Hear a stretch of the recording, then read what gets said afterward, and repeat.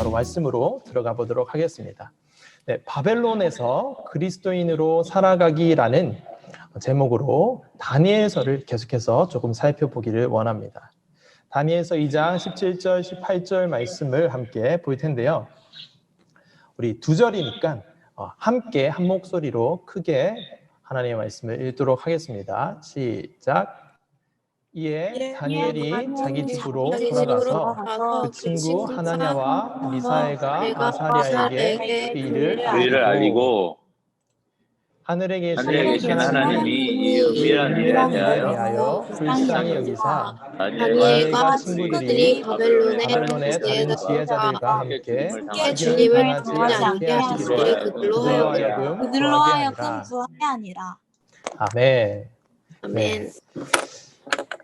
이에 다니엘이 자기 집으로 돌아가서 그 친구 하나냐와 미사엘과 아사랴에게 그 일을 알리고 하늘에 계신 하나님이 이 은밀한 일에 대하여 불쌍히 여기사 다니엘과 친구들이 바벨론의 다른 지혜자들과 함께 죽임을 당하지 않게 하시기를 그들로 하여금 구하게 하니라. 아멘. 네, 여러분, 우리는 지난 시간에 다니엘서가 어떤 책인지에 대한 다니엘서 전체 개간 설명과 1장을 살펴보면서 다니엘과 세 친구가 뜻을 정했던 것을 보았습니다. 기억하시죠? 뜻을 정하는 사람이 누구라고 했습니까? 하나님이 왕이시고 나는 왕이신 하나님의 아들이다, 하나님의 딸이다라는 그 정체성이 분명한 사람이 뜻을 정한다라고 말씀을 드렸습니다. 그리고 매일의 삶 가운데서 하나님의 은혜와 긍휼을 경험한 사람이 뜻을 정할 수 있다라고 말씀을 드렸습니다. 그렇게 뜻을 정한 다니엘서를 계속 다니엘과 세 친구 이야기를 계속 읽어가다 보면 가장 먼저 만나게 되는 위기가 있습니다. 그 위기를 다루는 본문이 오늘 우리가 살펴보게 될 다니엘서 2장입니다. 오늘 말씀은 다니엘과 세 친구가 포로로 끌려갔던 나라 바벨론에서 일어난 일이겠죠. 바벨론의 왕인 느부갓네살의 꿈으로 시작됩니다. 느부갓네살이 꿈을 꾸는데 그 꿈이 아주 이상한 꿈이었어요. 어떤 꿈이었는지 아주 심각한 꿈이었는데 자신의 나라 바벨론이 망할 수도 있는 듯한 그러한 것을 징조로 나타내주는, 그러한 것을 예지하여 나타내주는 그런 말씀처럼 보이는 그런 꿈을 꾸었던 것이죠. 그래서 이 꿈이 도대체 어떤 꿈인가, 무슨 꿈인가, 아주 본능적으로 아주 위험한 꿈이다라는 것을 생각한 이 느부갓네살 왕은 큰 걱정과 번뇌에 사로잡히게 됩니다. 그런데 그 꿈이 정확히 어떤 꿈인지를 모르기 때문에, 그리고 그 의미가 무엇인지를 알지 못했기 때문에 정말 큰 불안과 걱정과 염려에 막 휩싸인 거죠. 그래서 느부갓네살 왕은 나라에 있는 모든 지혜자들을 다 소집합니다. 그리고는 그 꿈이 무엇인지 알아내라, 그리고 그 꿈의 뜻이 무엇인지 말하라라고 엄하게 명령하여 말합니다. 그러나 나라의 지혜자들은 하나같이 이렇게 말하는 거죠. 꿈도 말해주지 않고 그 꿈이 무엇인지 말해라는 것은 부당합니다. 그 뜻이 무엇인지 어떻게 알 수 있겠습니까? 그것은 이 나라에 있는 모든 지혜자들도 불가능하고 이 세상에 있는 그 어떤 사람도 그 일을 할 수 있는 사람이 없습니다라고 이렇게 말을 합니다. 그도 그럴 것이, 사람이 꿈을 꾸는데 그거를 우리가 어떻게 알겠어요? 그리고 꿈도 말해주지 않고 그 꿈에 대해서 어떤 뜻이 있는지까지 해석을 해내라, 꿈도 맞춰라 라고 얘기를 하면 당연히 알 수 없는 거죠.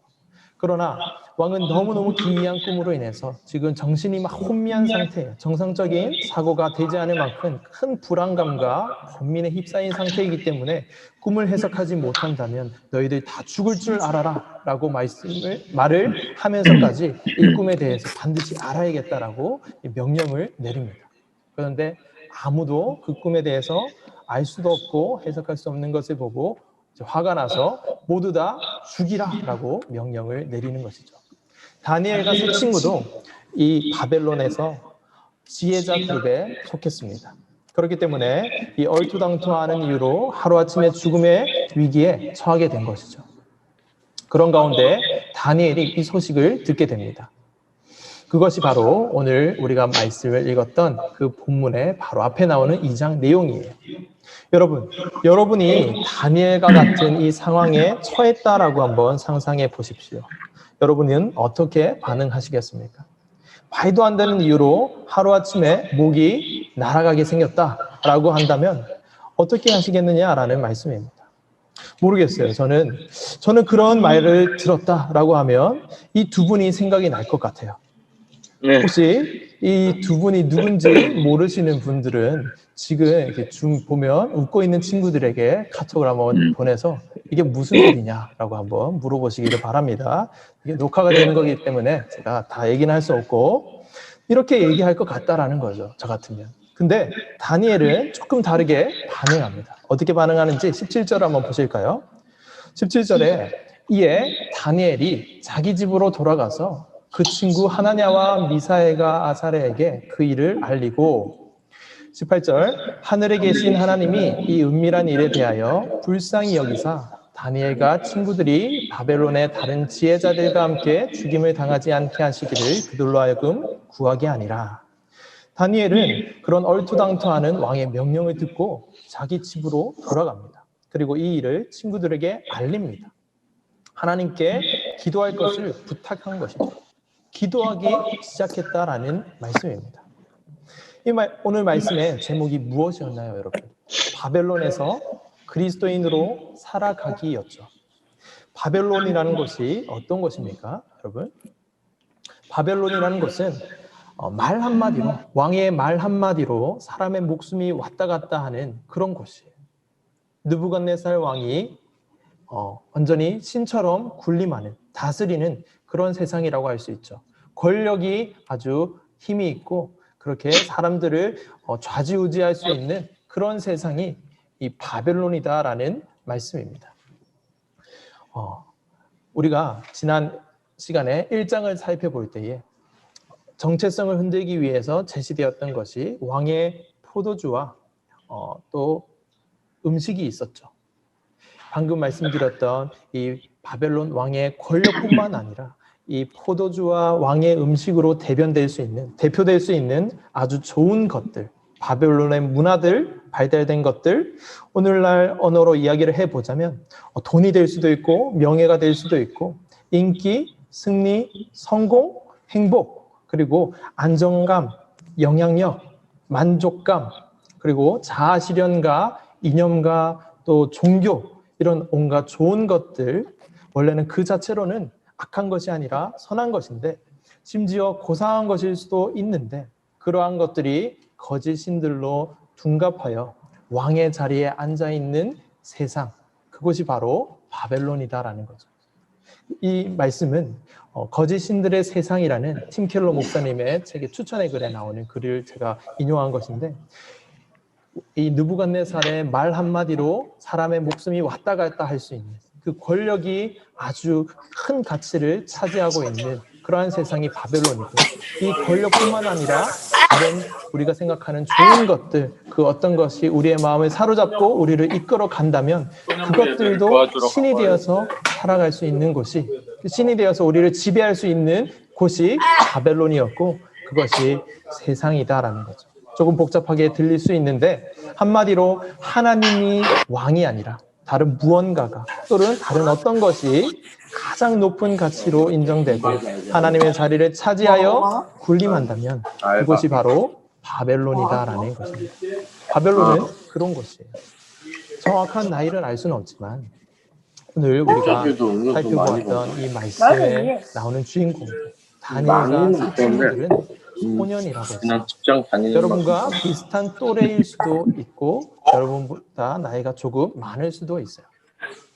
어쨌든 그러한 비슷한 또래의 연령을 가지고 있는 이 친구들, 그리고 오늘날과 같이 방금 전에 말씀드린 수많은 것들이 우상이 되어서 나의 하나님이 되어서 나를 다스리고 나를 이끌어가는 그러한 곳에 살고 있다라는 관점에서는 이 바벨론이 오늘날의 세상이라고 표현할 수 있을 거다라는 말씀입니다.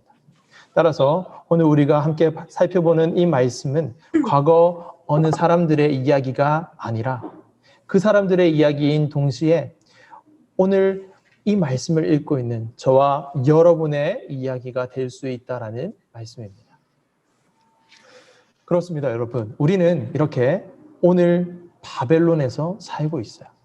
문자 그대로의 과거 역사 속에 존재했던 바벨론이라는 나라에 살고 있다라는 말이 아니라 바벨론이라는 나라가 가지고 있는 특성들을 고스란히 가지고 있는 나라에서 지금 살고 있다라는 말씀입니다.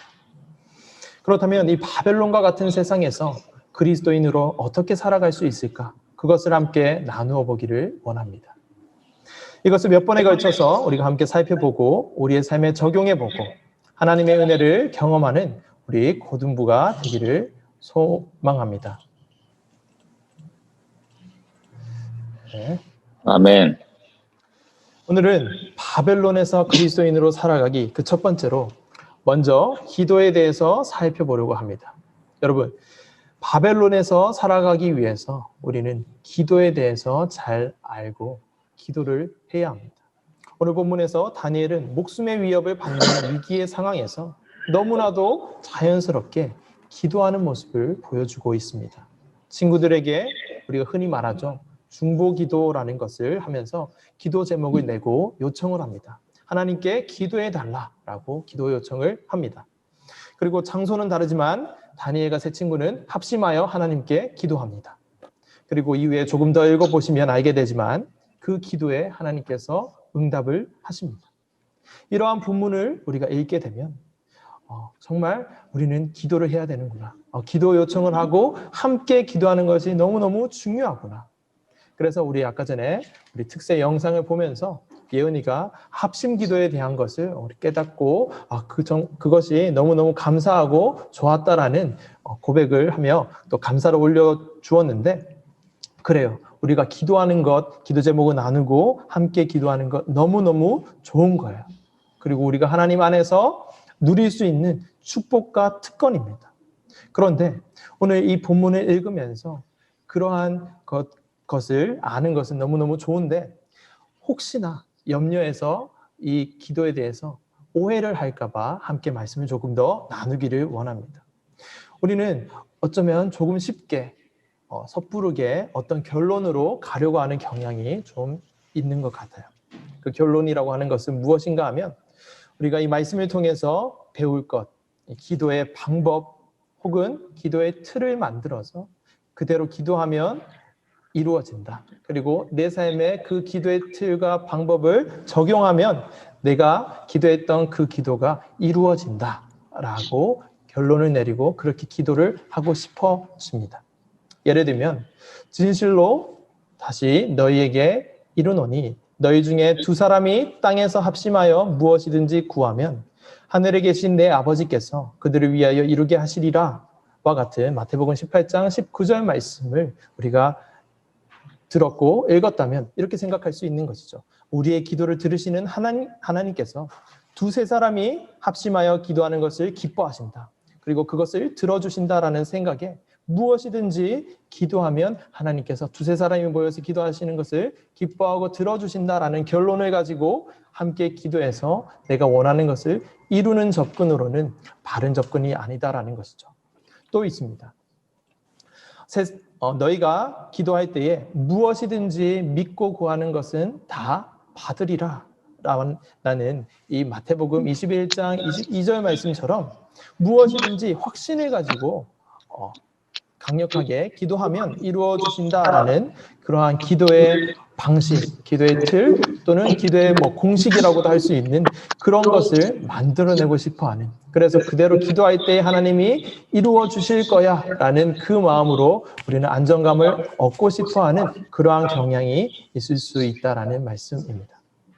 오늘 다니엘은 위기의 순간에 너희 중에 두세 사람이 합심하여 무엇이든지 구하면 하늘에 계신 내 아버지께서 그들을 위하여 이루게 하시리라 라는 이 말씀의 모범을 보이고 있는 것처럼 보입니다. 그리고 하나님께서 느부갓네살의 꿈과 그 뜻을 알려주실 것이라는 강한 믿음, 강한 확신을 가지고 기도합니다. 그리고 기도의 응답을 받습니다. 그 모습을 보았기 때문에, 그 모습을 우리가 보고 읽었기 때문에 그렇지, 너희가 기도할 때 무엇이든지 믿고 구하는 것은 다 받으리라 라는 그 말씀을 정확하게 지켜 행했구나.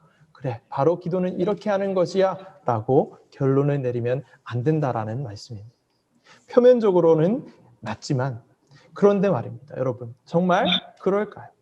여러분들은 어떤 기도 제목을 가지고 강한 믿음을 가지고 확신을 가지고 기도했을 때 그것이 다 이루어지던가요?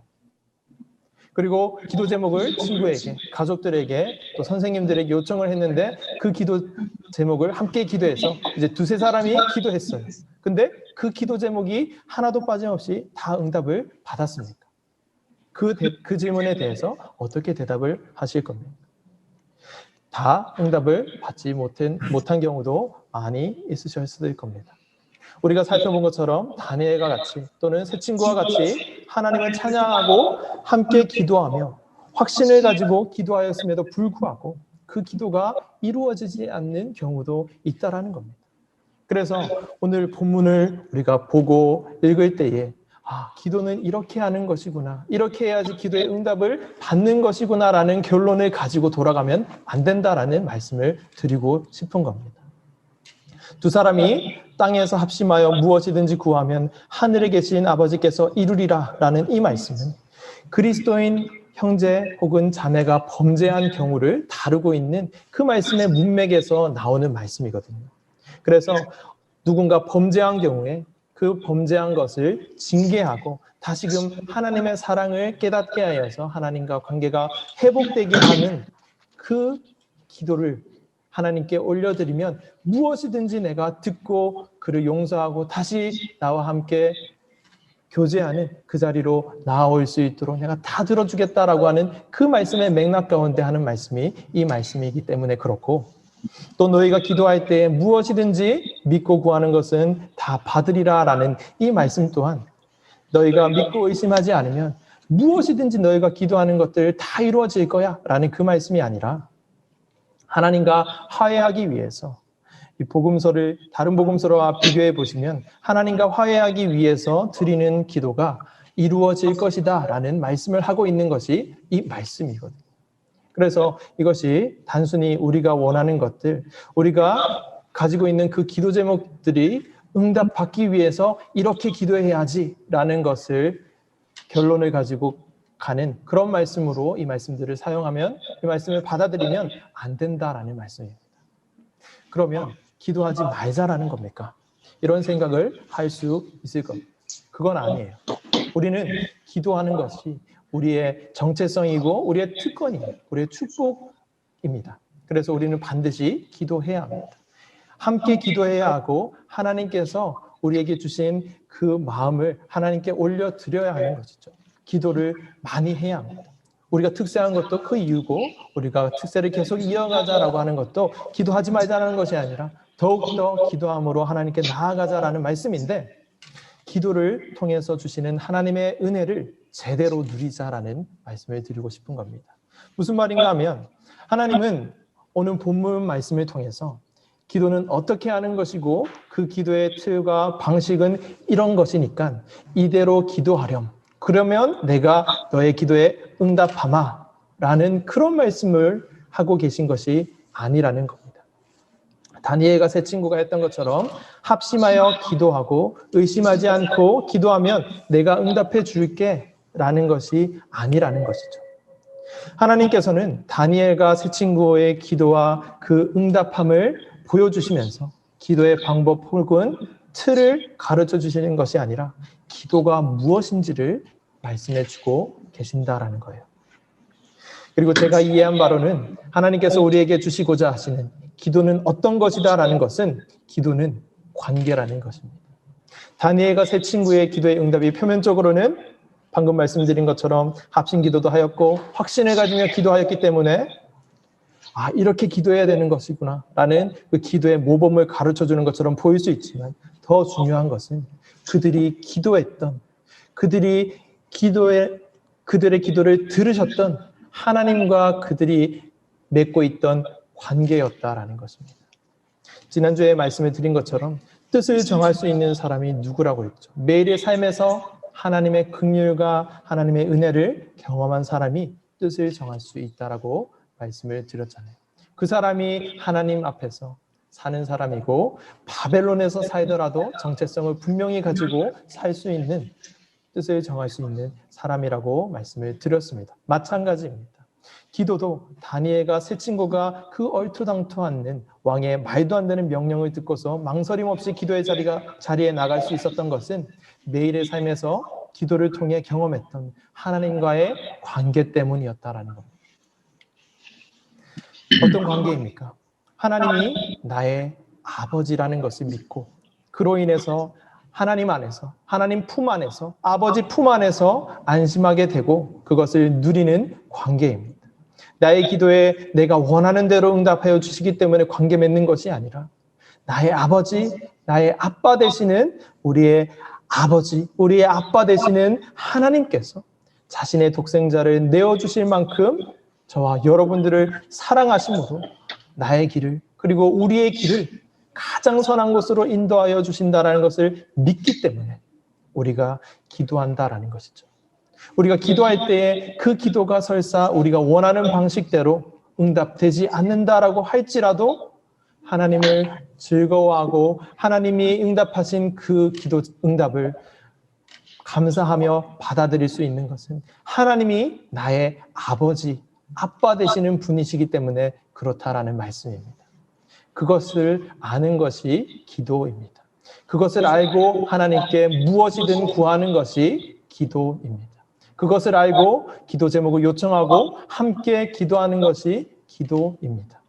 마태복음 7장 9절 말씀처럼 너희 중에 누가 아들이 떡을 달라 하는데 돌을 주며 라는 그 말씀처럼 우리 아빠 되시는 아버지 되시는 하나님께서 우리의 가장 선한 아버지 되시기 때문에 우리에게 가장 선하고 좋은 것, 최고의 것을 주시는 분이라는 것을 믿는 그 믿음으로 무엇이든 구하는 것이 바로 기도다라는 말씀입니다.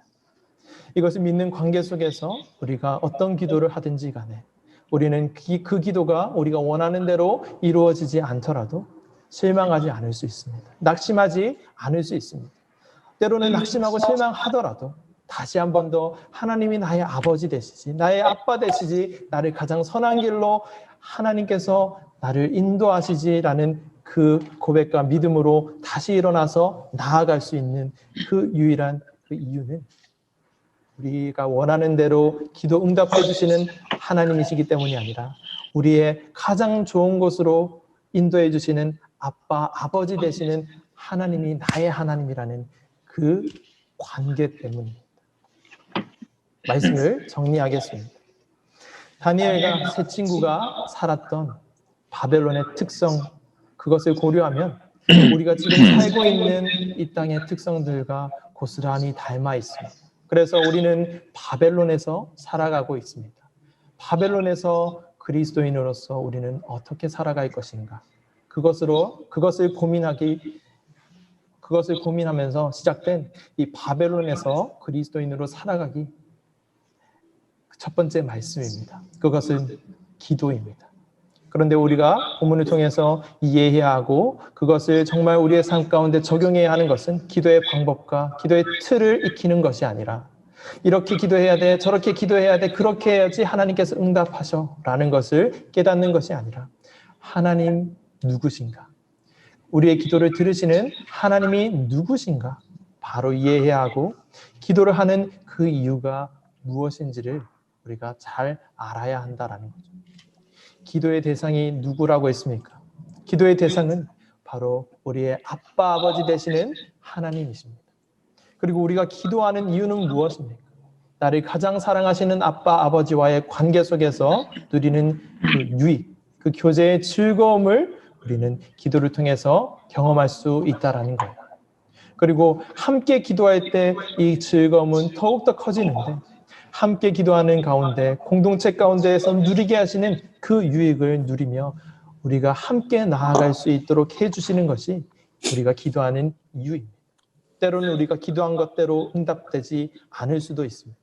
그러나 그럼에도 불구하고 우리가 기도하는 이유, 기도할 수 있는 이유는 기도의 대상이신 분이 우리의 아빠, 아버지이시기 때문에 그렇습니다. 그래서 오늘 이 말씀은 우리가 어떻게 기도해야 하는가, 그 기도의 방법을 익히기 위해서 말씀해 주신 것이 아니라 내가 너의 아버지란다, 내가 너의 아빠란다라는 그 말씀을 들려주시면서 내가 너를 가장 선하고 좋은 길로 인도할 거야.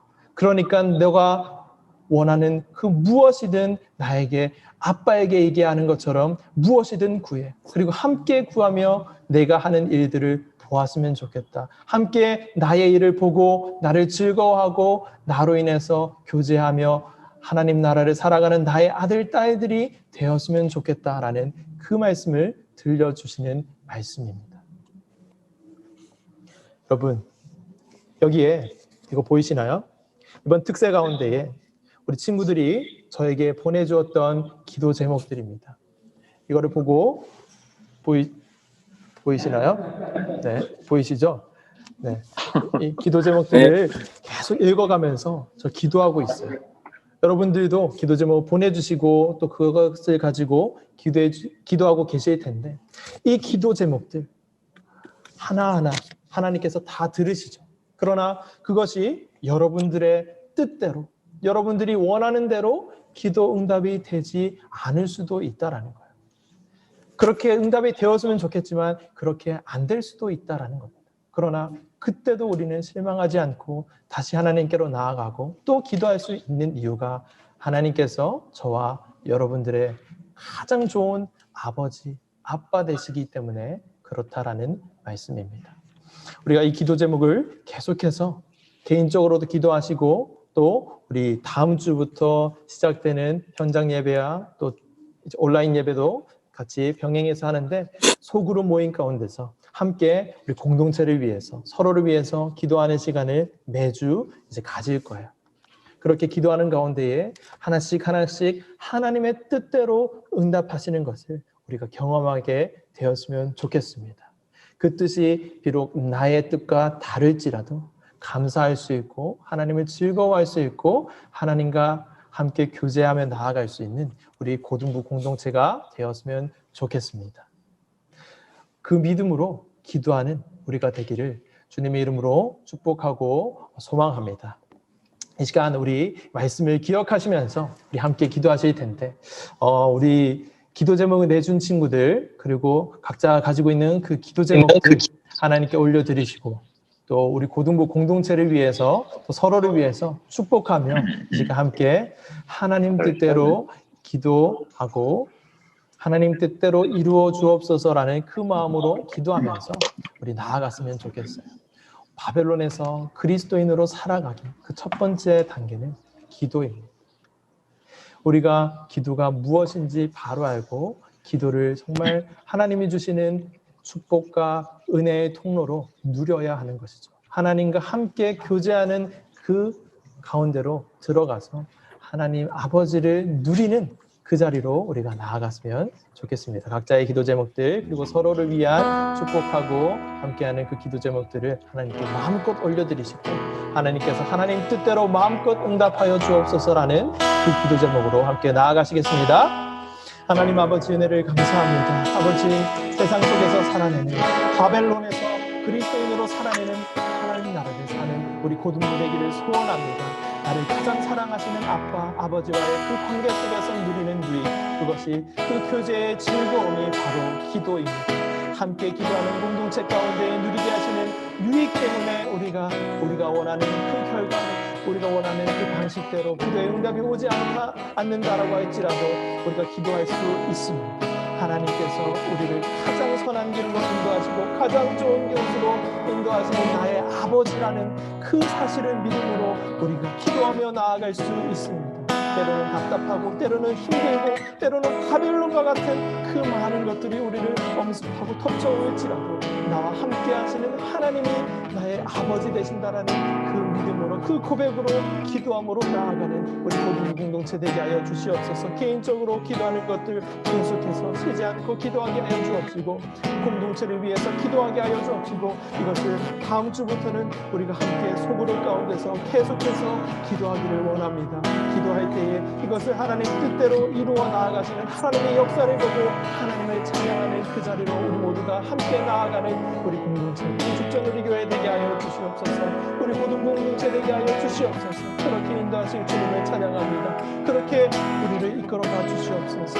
기도의 대상이신 아버지 되시는 주님을 깊이 알게 하여 주옵시고 그 아버지께 그 아빠께 우리가 무엇도 숨기지 않고 그냥 있는 모습 그대로 주님께 나아가 무엇이든지 기도할 수 있는 그 관계의 그 교제의 즐거움을 누리는 우리 아이들 다 될 수 있도록 은혜를 더하여 주시옵소서. 함께 기도하는 우리가 되게 하여 주시옵소서. 그 가운데 공동체가 누리는 그 유익, 그 기도의 유익을 아버지 주님 안에서 깊이 누리며 하나님 나라를 살아가는 우리가 되게 하여 주시옵소서. 그리하실 주님을 찬양합니다. 그리하실 주님만을 바라보는 주님, 우리가 기도하였던 것들, 기도하지 않은 것들까지도 다 하시는 주님, 그분은 주님이 우리의 아버지이십니다. 주님이 나의 아빠이시고 우리의 아빠입니다 라는 그 고백을 가지고 우리가 함께 나아갑니다. 주님 역사하여 주시옵소서.